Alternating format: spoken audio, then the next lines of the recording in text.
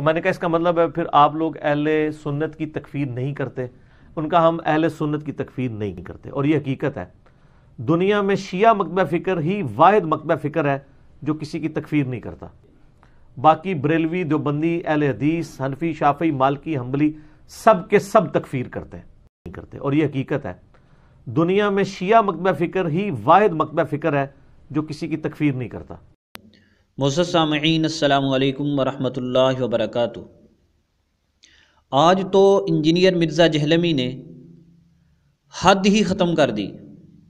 اتنا بڑا جھوٹ بولا ہے کہ اگر اس کے جھوٹ کو سمندر میں ڈال دیا جائے تو سمندر کا پانی حد سے زیادہ کڑوا ہو جائے۔ لگتا یوں ہے کہ یہ شخص جھوٹ بولنے میں عنقریب مرزا غلام قادیانی کو بھی مات دے دے گا۔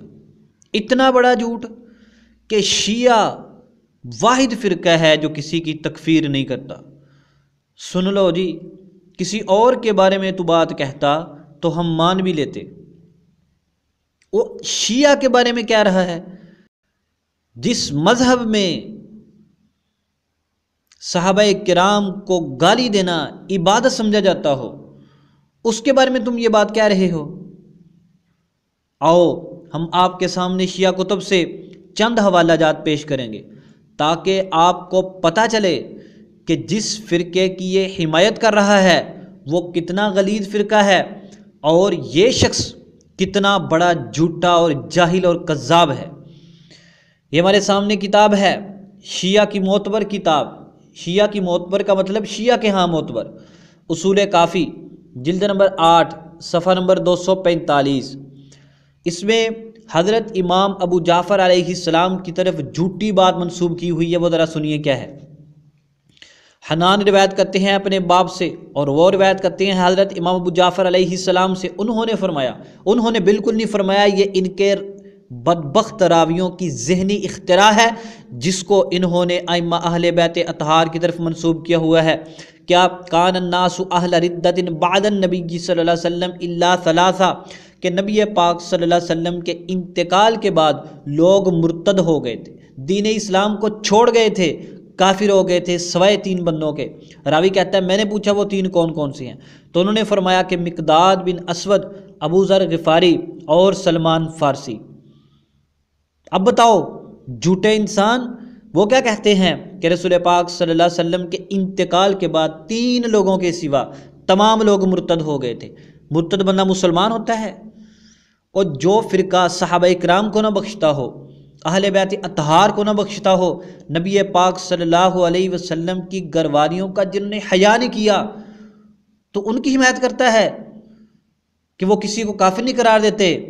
کچھ شرم ہونی چاہیے انسان میں۔ وہ کہتے ہیں تمام لوگ مرتد ہو گئے تھے، مرتد کافر ہوتا ہے۔ پتہ ہے تمہیں سوائے 3 بندوں کے کون کون سے؟ مقداد، ابو ذر غفاری، سلمان فارسی۔ پیش کی ہوئی ہے وما محمد الا رسول قد خلت من قبل، کہتے ہیں یہی اس آیت کی یہی تفسیر ہے۔ اب اسی کتاب کے اسی صفحہ کے ذرا نیچے کی روایت دیکھیں، 343 نمبر، حضرت امام ابو جعفر علیہ السلام کی طرف منسوب کی ہوئی ہے۔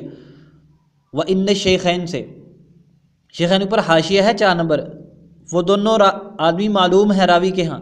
اس سے مراد ان ذلیلوں نے حضرت ابوبکر عمر رضی اللہ تعالیٰ عنہما کو لیا ہوا ہے، کیا کہ وہ دونوں جدا ہو گئے دنیا سے اور انہوں نے توبہ نہیں کی، اور آگے لکھا ہے نہ ان کو احساس ہوا جو انہوں نے امیر المومنین علیہ السلام کے ساتھ کیا تھا۔ یہ حضرت ابوبکر عمر کے بارے میں بات کہہ رہے ہیں۔ آگے لکھا فعلیہما، ان دونوں پر اللہ کی لعنت اور فرشتوں کی اور تمام انسانوں کی۔ استغفر اللہ استغفر اللہ استغفر اللہ۔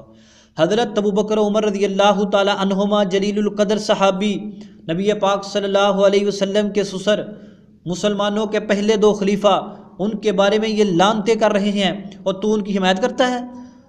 آپ اندازہ کریں ان لوگوں کے دلوں میں کتنا گن چھپا ہوا ہے صحابہ کرام کا۔ پھر یہ تاریخ کی کتاب نہیں، یہ اصول کافی ان کی کتاب کا حوالہ ہے جس کو وہ بخاری کا درجہ دیتے ہیں۔ اصول کافی جلد نمبر 8 صفحہ نمبر 246۔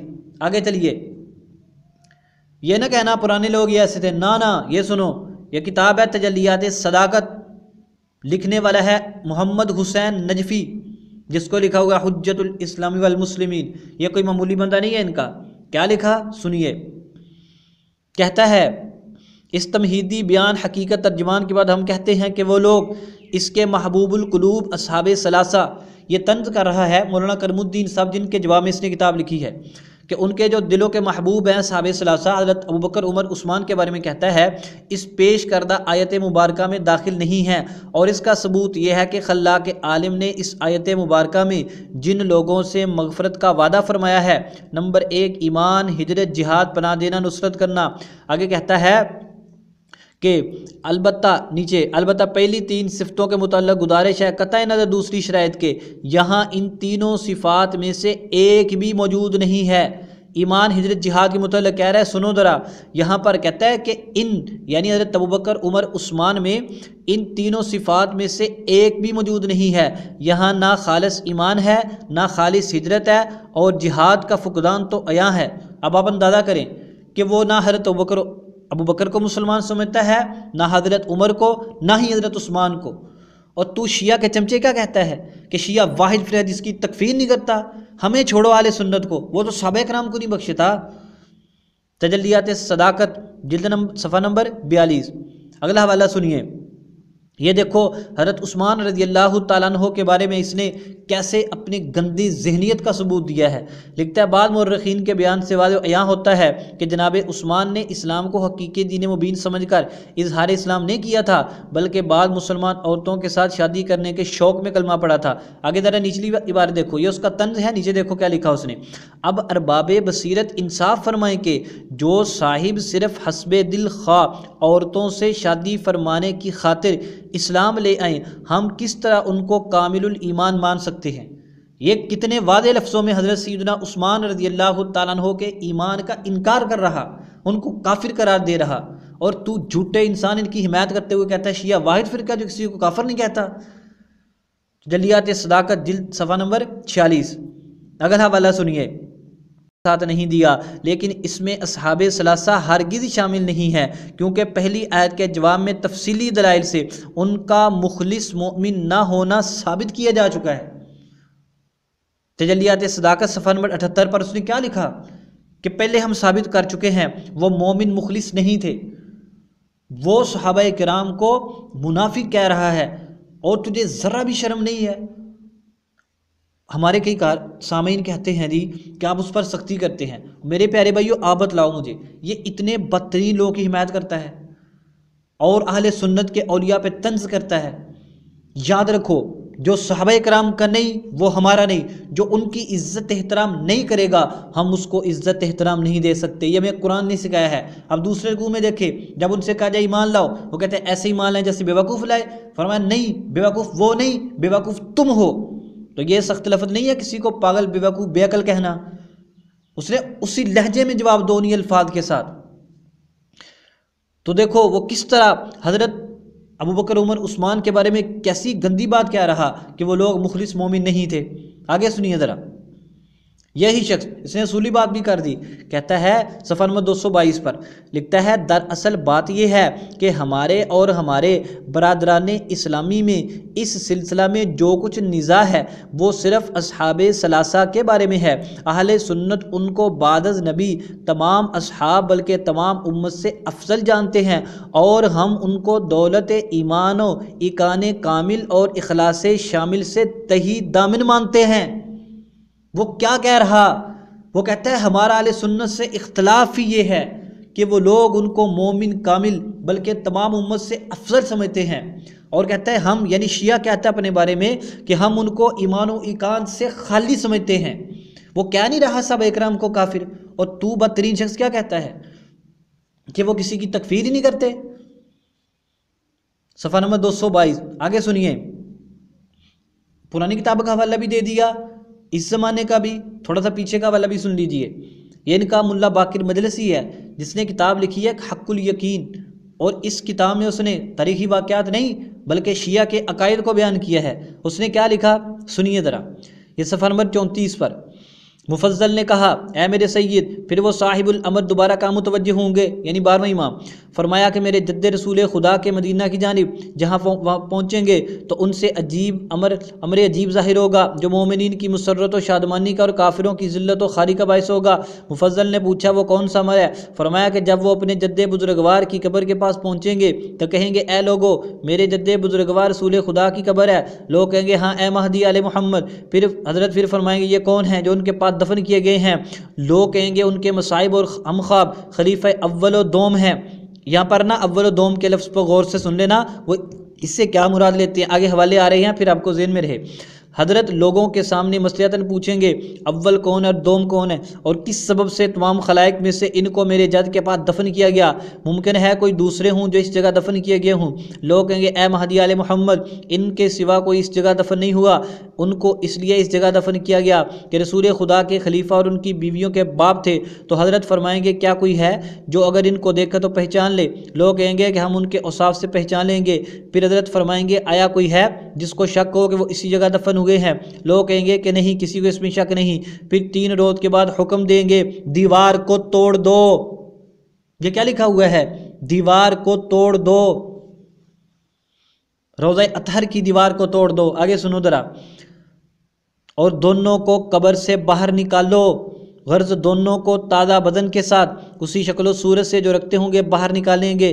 پھر حضرت فرمائیں گے کہ ان کے کفن علیحدہ کر دیے جائیں اور ان کے کفن کھینچ لیے جائیں گے۔ استغفر اللہ معاذ اللہ۔ ہماری تو زبان گوارا نہیں کرتی ان باتوں کو پڑھنے کی، لیکن مجبور ہیں۔ مرزا جہلمی جیسے بدبختوں کے چہرے سے رافضیت کا نقاب اتارنا ضروری ہے۔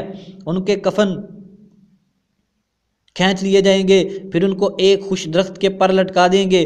اس وقت امتحان خلق کے لیے وہ درخت سبز ہو جائے گا، اس میں شاخیں بلند ہوں گی، پتیاں نکل آئیں گی۔ پھر ان سے محبت رکھنے والے، آگے یہ لمبی بات کی ہے، اب اسی آپ پڑھ سکتے ہیں یہاں پر۔ اب ذرا اگلے صفحے پر چلتے ہیں۔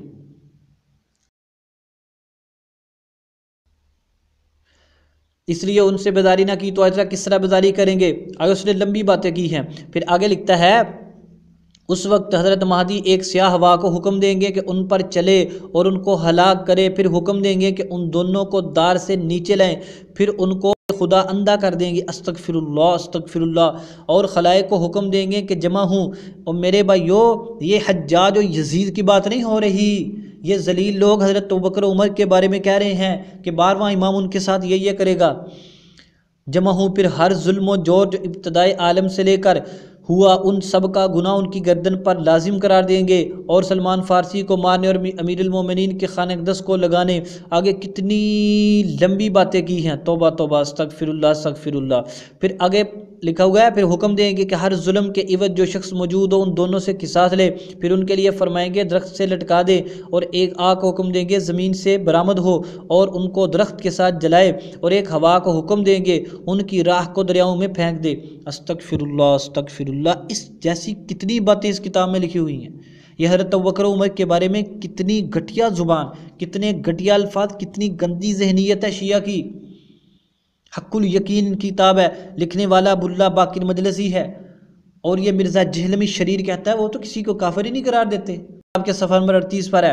مفضل نے پوچھا اس آیت میں فرعون اور حامان سے کون مراد ہیں؟ حضرت نے فرمایا اول و دوم ہیں۔ آپ اندازہ کریں، حضرت ابوبکر کو یہ شریر فرعون کہہ رہے، حضرت عمر کو حامان کہہ رہے۔ ان لوگوں کو بخش دیا جائے، ان لوگوں کو کچھ نہ کہا جائے، ان لوگوں کو مسلمان تسلیم کیا جائے جو حضرت ابوبکر و عمر کو وہ ذلیل ترین کافر فرعون اور حامان قرار دے رہے ہیں۔ اور یہ جہلمی شریر کیا کہتا ہے کہ وہ تو کسی کو تکفیر کرتے ہی نہیں ہے۔ یہ کیا لکھا ہوا ہے حق الیقین میں؟ اندھا ہے تو آنکھیں تیری بند ہیں، کیوں سادہ لوگ مسلمانوں کو گمراہ کرتا ہے؟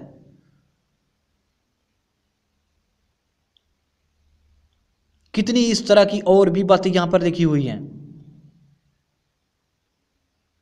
حضرت فاطمہ کے بارے میں یہ کتنی جھوٹی باتیں انہوں نے یہاں پر لکھی ہوئی ہیں۔ یہ اسی صفحے پر نا ذرا 38 پر آپ نیچے دیکھیں کہ حضرت فاطمہ، اے فاطمہ خاموش رہو۔